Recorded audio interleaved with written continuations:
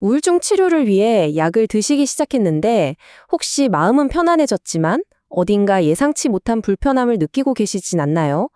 어쩌면 마음의 안정을 찾아가는 그 과정이 또 다른 고민을 안겨주고 있을지도 모릅니다. 분명 약을 먹고 우울감이나 불안은 한결 나아졌는데 이상하게도 뭔가를 좀 잃어버린 것 같은 그런 느낌 말이에요. 아마 나만 이런가 싶어서 혼자 끙끙 앓고 계셨을지도 모를 그 고민, 오늘 한번 속 시원하게 이야기 나눠보려고 합니다. 와, 이 숫자 좀 보세요. 정말 놀랍지 않나요? 한 연구를 보니까 우울증 환자 열의 7명 가까이가 치료를 시작하고 겨우 3개월 안에 약 먹는 걸 그만둔다고 합니다. 도대체 왜 그럴까요? 그 이유가 사실 우리 삶에서 마음의 평화만큼이나 아주 중요한 부분과 연결되어 있습니다. 네, 바로 성기능 장애입니다. 이게 참 누구에게 쉽게 털어놓기 힘든 문제이다 보니까 치료 과정에서 정말 큰 숨겨진 허들이 되는 거죠. 그럼 지금부터 이 문제에 대해 한번 제대로 파헤쳐 보겠습니다. 자, 먼저 가장 중요한 사실부터 딱 짚고 넘어갈게요. 만약 여러분이 이런 어려움을 겪고 계신다면 그건 절대 여러분 혼자만의 이야기가 아니라는 겁니다. 이 그래프를 한번 보세요. 우리가 가장 흔하게 쓰는 SSRI 계열 항우울제 있죠? 이걸 복용하는 분들 중에 적게 잡아도 30%, 많게는 무려 70%가 성기능 저하를 경험한다고 해요. 정말 어마어마한 수치죠. 그러니까 여러분이 겪는 그 경험이 결코 드문 일이 아니라는 겁니다. 전문가들도 바로 이 점을 지적해요. 이게 사실 말하기가 좀 민망하고 껄끄럽잖아요. 그러다 보니까 혼자 끙끙 앓다가 결국 치료를 포기하게 만드는 가장 큰 걸림돌이 될 수 있다는 거죠. 아니, 그럼 대체 왜 이런 일이 생기는 걸까요? 이건 절대 여러분의 의지나 다른 개인적인 문제 때문이 아니에요.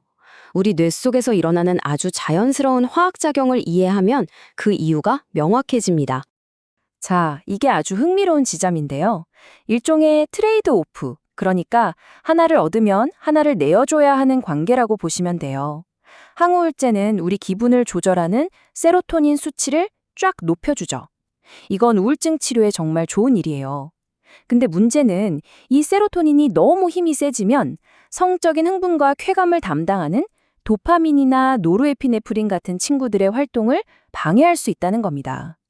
즉, 기분의 안정을 얻는 대신에 성적 기능의 일부를 내어주는 셈이 되는 거죠. 그래서 구체적으로는 성욕 자체가 예전 같지 않다거나 신체적인 반응이 잘 오지 않고 절정에 이르기가 너무 힘들거나 혹은 전반적으로 좀 무뎌진 것 같은 그런 느낌을 받으실 수 있습니다. 하지만 여기서 어쩔 수 없나 보다 하고 좌절할 필요는 전혀 없습니다. 정말 중요한 건 이 문제를 해결할 방법이 있다는 거고요. 그것도 꽤 여러 가지 선택지가 있습니다. 가장 흔하게 시도해 볼 수 있는 전략들인데요. 지금 먹는 약의 용량을 살짝 줄여보거나 먹는 시간을 바꿔보는 것부터 시작할 수 있고요. 주말처럼 특정 요일에만 약을 쉬는 약물 휴직이라는 방법도 있습니다. 아니면 아예 부작용이 덜한 다른 약으로 갈아타거나 기존 약은 그대로 두면서 부작용만 싹 잡아주는 약을 추가로 먹는 방법도 있죠. 물론 이 모든 건 반드시 의사 선생님과 상의하에 진행해야 한다는 거 아시죠? 그럼 아까 말씀드린 전략 중에서 특히 약물 교체에 대해서 조금 더 깊이 들어가 볼게요. 이게 또 모든 항우울제가 다 똑같은 부작용을 일으키는 건 아니거든요. 그 대표적인 주자가 바로 부프로피온, 상품명으로는 웰부트린으로 더 유명한 약입니다. 이 약은 좀 특별해요. 아까 말한 세로토닌이 아니라 도파민과 노르에피네프린에 주로 작용하거든요. 그래서 그 성가신 트라이드오프 문제에서 비교적 자유로운 거죠. 심지어 어떤 분들은 오히려 성욕이 더 좋아졌다고 하기도 합니다. 그 차이가 얼마나 나는지 이 표를 한번 보세요. 다른 일반적인 SSRI 계열 약들이 16%, 많게는 27%까지 부작용이 보고되는데 부프로피온은 어떻죠? 0.75%입니다. 와, 이건 거의 부작용이 없다고 봐도 될 수준이죠. 정말 드라마틱한 차이입니다. 자, 이번엔 약을 바꾸는 게 아니라 기존 약에 플러스 알파를 더하는 전략입니다. 항우울 효과는 그대로 지키면서 딱 성기능 문제만 쿡 집어서 해결하는 아주 스마트한 방법이죠. 남성분들의 경우에는 실데나필, 그러니까 우리가 흔히 아는 비아그라 같은 약들이 아주 효과적이라는 연구가 많습니다.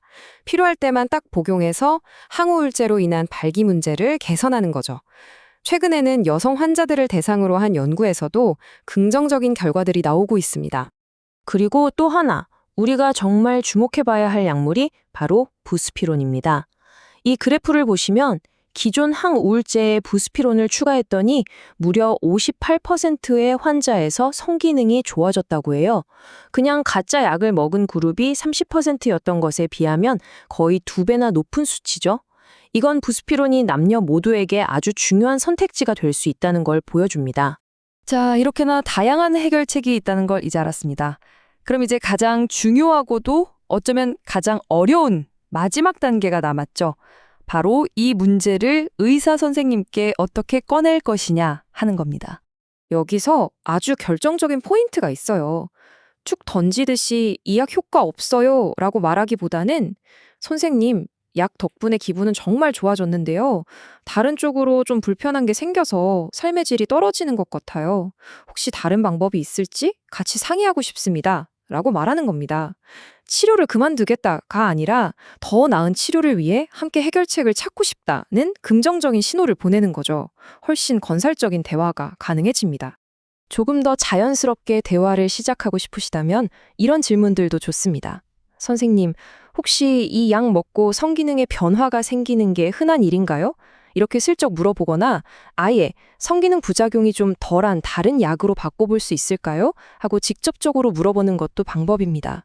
아니면 오늘 우리가 이야기 나눈 부프로피온이나 부스피론 같은 약 이름을 딱 언급하면서 이런 대안도 있다던데 저한테는 어떨까요? 하고 적극적으로 논의를 이끌어가는 것도 아주 좋은 방법이죠. 자, 오늘 정말 많은 이야기를 나눴는데요. 다른 건 다 잊어버리셔도 괜찮습니다. 하지만 이것 딱 하나만은 정말 꼭 기억해 주셨으면 합니다. 바로 이겁니다. 부작용이 너무 힘들다고 해서 절대로 여러분 마음대로 약을 딱 끊어버리시면 안 됩니다. 그랬다간 우울증이 재발하는 등 더 큰 위험이 찾아올 수 있어요. 여러분의 마음 건강도 소중하고 여러분의 전반적인 삶의 질도 그 무엇과도 바꿀 수 없이 소중합니다. 이 두 가지를 모두 지킬 수 있는 길은 분명히 있습니다. 그 길을 꼭 전문가인 의사 선생님과 함께 찾아가시길 바랍니다.